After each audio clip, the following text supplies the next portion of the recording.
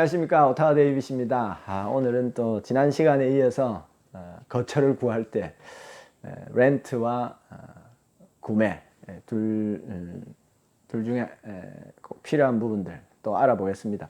지난 시간에 이제 렌트에 대한 말씀을 드렸는데 용어는 사실 이제 정리를 제가 해드리고 싶어도 직접 와서 경험을 하셔야 될 것 같고, 한 가지 이제 그 렌트와 관련해서 제가 알려드리고 싶은 거는, 이 렌트를 보통 여기는 이제 수표를 내요. 수표. 현찰을 주는 경우는 거의 없습니다. 여기는 현찰보다는 은행 거래나 가계수표, 한국으로 치면 가계수표를 주고받는데, 우리나라는 이제 가계수표가 없어졌지만 여기는 뭐 웬만한 거래는 가계수표로 다 받아요. 그래서 예를 들어서 내가 1월부터 12월까지 렌트를 들어간다 하면, 지난 시간에 말씀드린 것처럼 첫 달과 마지막 달은 2달치를 처음 주겠죠. 그러면 10달치가 남았는데 그 10달치를 수표로 끊어주는 거예요. 며칠 날, 예를 들어 보통 여기는 첫날, 초하룻날 이제 렌트를 받으니까, 자, 2월 1일치 뭐 2,000불 이렇게 여기 수표에 쓰고 사인을 해서 이렇게 주는 거예요. 그러면 이제 그 집주인이 10달치를 갖고 있다가 그 날짜에 은행에 입금을 시켜요. 그럼 은행에서 보고 내 계좌에서 빠져나가게. 이 가계수표의 원리지 않습니까? 가끔 가다 보면 좀 집주인 조금 헷갈리는 사람들이 미리 입금을 시키는 경우가 있어요. 근데 문제는 미리 입금시켜도 은행에서 주게 돼 있거든요.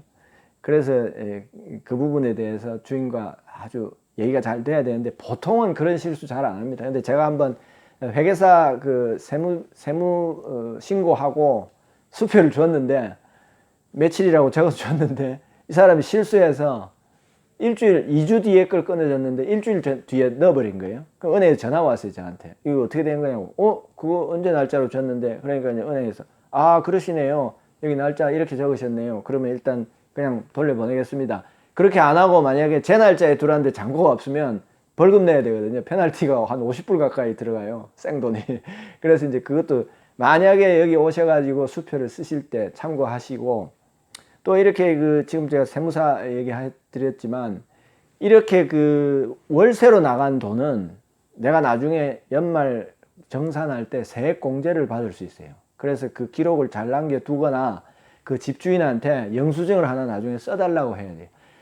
한국에 보면 왜 연말 정산이라고 있지 않습니까? 근데 이제 한국은 돈을 버는, 직장을 다니든 자영업을 하든 돈을 버는 사람만 하는데, 이 캐나다는 전 국민 100% 다 해야 됩니다. 세대주들은. 세대주라는 게 이제 세대주뿐만이 아니고 각 개인이 따로따로 다 해야 돼요.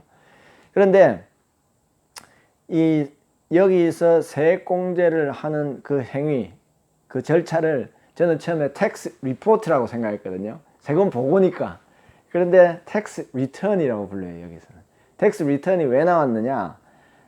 직장이 없는 사람이, 다시 말해 수입이 없는 사람이 이번에 아무 수입 없었습니다 하고 보고를 하면, 거기서 우리로 치면 뭐라고 부를까요? 근로장려금이라고 부를까요? 하여튼 그런 식으로 돈을 돌려주는 거예요. 네가 1년 동안 누군가한테 돈을 얻어서 살았으니까, 내지는 일정 규모 이하의 소득이 있는 사람도 마찬가지로 네가 돈을 많이 못 벌고 산다고 힘들었으니까 네가 뭐 먹고 살고 지내는데 뭔가 지출이 됐겠지? 그러니까 그 보상을 해주겠다, 이런 개념에서 돌려줘요. 이걸 사실은 이제 우리 일반적인 용어로 하면 캐시백이라고 생각이 쉽겠죠. 그죠? 한국에 캐시백이란 말이 있죠. 이 사실은 캐시백이라는 의미는 한국에서 쓰는 의미의 캐시백은 전혀 본래 의미하고는 다릅니다. 이건 사실은 좀 포괄적 의미의 리베이트라고도 할 수 있는데, 이 텍스 리턴에서 주는 그 환급금이죠, 환급금. 우리나라도 왜 보면 연말 정산에서 마이너스가 생겼을 때, 다시 말해서 내가 근로소득으로 공제해서 이만한 수입을 올렸는데 세금을 내가 많이 뗐다, 총무부에서. 그러면 나중에 연말 정산하면 마이너스 나서 돌려주는 경우가 있죠. 그래서 그 개념으로 여기도 텍스 리턴이라고 하는데, 우리가 일반적으로 무슨 불법적으로 돈을 받은 거를 리베이트라고 부르지 않습니까, 한국에서? 그런데 이 리베이트는 불법적인 돈을 받은 게 아니에요. 예를 들어서 의사가 특정한 약을 처방을 해주고 제약회사로부터 돈을 받았다. 이거는 한국에서 리베이트라고 부르는데, 불법적으로 받은 돈은 리베이트가 아니고 킥백이라고 부릅니다. 킥백. 그러니까 사실 리베이트는 한국말이죠.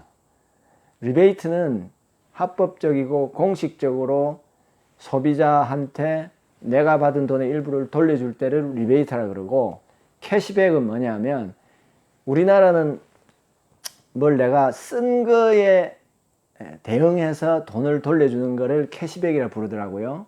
내가 이만한 돈을 썼으니까 저쪽에서 10%를 돌려주겠다. 이건 합법적이죠. 그러니까 사실은 본래적 의미의 리베이트가 한국에서 사용되는 캐시백의 의미예요. 여기서의 캐시백은 뭐냐면 우리가 그 체크카드, 여기는 데빗 카드라고 부르는데, 이걸 가지고 물건을 사면 내 계좌에서 곧바로 빠져나가지 않습니까? 그럴 경우에 내가 내 물건값 계산하는 데다가 덧붙여서 내가 지금 캐시가 필요하니까 네가 갖고 있는 현금을 나에게 달라. 그래서 내가 40불어치를 샀는데 60불을 캐시백 20불 줘 하고 60불을 내가 찍으면 이 사람은 내 체크카드를 넣어서 60이라고 현금 등록기에 찍고 나한테 20불을 돌려주는 거예요. 그 내 돈이죠. 이거는 내 계좌에서 빠져나오니까.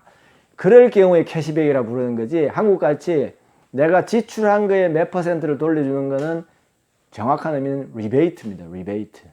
그래서 우리나라에는 아마 여기서 얘기하는 캐시백은 없는 것 같아요. 그리고 이 캐시백은 말씀드렸다시피 체크카드, 데빗카드만 쓰니까 신용카드에서는 이게 나올 수가 없죠. 왜냐하면 신용카드는 내 돈이 아니고 빚이란 말이에요, 그거는.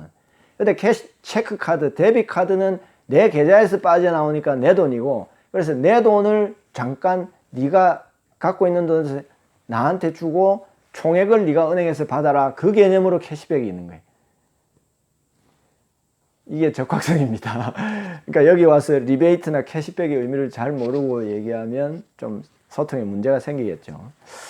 자, 이제 처음 오셔서 조금 일정 시간이 지나면 보통 이제 집을 살라고 들어갑니다. 근데 집을 사는 것도 참 사실은 굉장히 쉽지는 않은데, 요즘은 이제 캐나다도 한국도 부동산 가격이 많이 오른 것 같아요. 그게 그럴 수밖에 없는 게 시중에 자금이 많이 풀리니까 자산 시장으로 들어갈 수밖에 없고, 특히 오타와는 요즘 이민자들이 굉장히 많이 들어왔어요. 한 12년. 그래서 2019년 말부터 집값이 엄청 올랐어요. 예전에 제가 왔을 때만 해도 50만 불짜리 집도 없었는데 지금은 100만 불, 200만 불짜리 집이 지금 나올 정도니까 아주 그 오타와 주택 시장이 많이 올랐습니다. 그래서 이제 주택을 구입할 때 이제 제가 적확성에 관한 용어를 알려드릴 건 뭐냐면 컨디션이라는 게 있어요. 컨디션. 제가 이제 집을 매도하는 쪽이고 저쪽이 매수하는 쪽이라고 쳤을 때 이 사람이 우리 집을 보러 왔어요. 여기는 부동산을 끼고 매매를 할 때는 집 보러 오겠다 했을 경우에 집주인이 반드시 비켜줘야 돼요. 한국은 무조건 집주인이 있어야 되는데 여기는 부동산이 중간에 끼일 경우는 집 보러 온다 그러면 주인이 나가줘야 돼요. 매도자가. 왜냐하면 부담 없이 곳곳을 보겠다는 거예요. 그래서 이제 봤어요.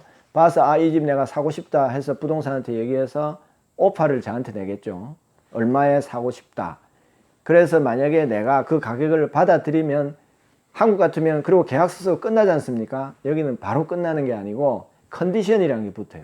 매수인이 내가 지금 은행 대출을 받아야 되고 그리고 이 개인 일반 주택 니네 집에 하자가 있는지 없는지 검사하겠다. 그 두 가지입니다. 파이낸셜 컨디션과 인스펙션 컨디션 두 가지가 붙어요. 이 인스펙션을 컨디션이 달린 상태에서 계약서를 씁니다. 그러면 어떤 일이 발생하냐? 이 계약은 그 매수인이 배타적으로 일정 기간 다른 사람이 들어올 수 없는 독자성을 가지고 나는 그동안에 다른 사람한테 이 집을 내놓을 수가 없는데 그 대신 계속 이 집은 매도용이다 라고 붙여놓기는 해야 돼요. 붙여놓은 상태에서 만약에 이 매수인이 야 니네 집 검사해보니까 나는 도저히 들어갈 수가 없다. 하자가 크다. 그러면 이 계약 파기입니다.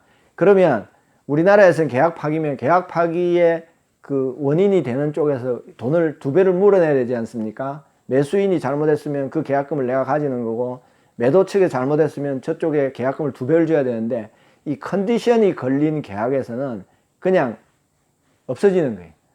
이 컨디션만 사라지고 그냥 끝나버리는 거예요. 그럼 다시 내 집을 다른 데다가 내놓을 수 있는, 계약금을 매수인이 컨디션을 걸 때는 나한테 계약금을 직접 주는 게 아니고 부동산한테 줘요. 그 복덕방 중개업자한테. 그럼 이 사람이 이 계약금을 공탁에 걸어 놓은 상태에서, 이 보통은 이 컨디션이 길지는 않아요. 일주일 정도 걸리는데, 이 일주일 동안 공탁에 걸려 있다가, 아, 매수인이 야, 니네 집 괜찮고 나 대출도 받았으니까 살게. 그러면 이 계약금이 나중에 잔금날 나한테 들어오는 거고, 못 사겠다 하면 그냥 공탁 찾아가고 끝나버리는 거예요. 이걸 이제 여기서는 컨디셔널 매매라고 그러는데, 요즘은 하도 집이 귀하다 보니까 이 컨디션이 사라졌어요. 지금은. 그렇지만 이거는 일시적인 현상일 테고, 이 나라는 그 부동산이 셀러즈 마켓이 아니라 바이어즈 마켓이기 때문에 앞으로 아마 조금만 지나면 이건 다시 살아날 거예요. 근데 한번 컨디션이 걸리면 이 집이 기록이 남아요. 그래서 만약에 컨디션 결과에 따라 매수인이 NO 했다면 그것도 기록이 남아요. 그러면 매도인 측에서는 굉장히 불리해지겠죠. 다른 사람한테 집을 또 팔라고 내놨을 때, 뭔 니네 집이 하자가 있는 게 아니냐, 그렇게 될 가능성이 많겠죠. 그래서 컨디션이 걸리면 매도인이 조금 긴장을 합니다. 사실 여기 와서 한 1년 이상 보통 지내다가 집을 사는 경우가 많은데, 그렇게 되면 그 동네라든지 또 집의 구조라든지 여러 가지를 파악할 수 있으시니까 조금 나으실 거예요. 지금같이 그 셀러즈 마켓이 아닌 경우라면, 앞으로 이제 오시는 분 집을 사실라 그러면 지금 말씀드린 이런 좀 부담에서 좀 컨디션을 걸면서 살 수 있지 않을까 생각을 합니다. 주택 거처에 관한 말씀을 2시간에 걸쳐서 말씀을 드렸는데 도움이 됐으면 좋겠습니다. 혹시 진짜로 집을 매매하시거나 뭐 렌트를 하시다가 장애를 만나신다면 저한테 연락해 주셔도 제가 충분히 답을 드리겠습니다. 오늘은 여기까지만 하겠습니다. 다음에 또 시간이 나면 오늘 못다한 모기지 얘기나 뭐 여러 가지 용어 또 소개를 해드릴까 합니다. 시청해 주셔서 감사합니다.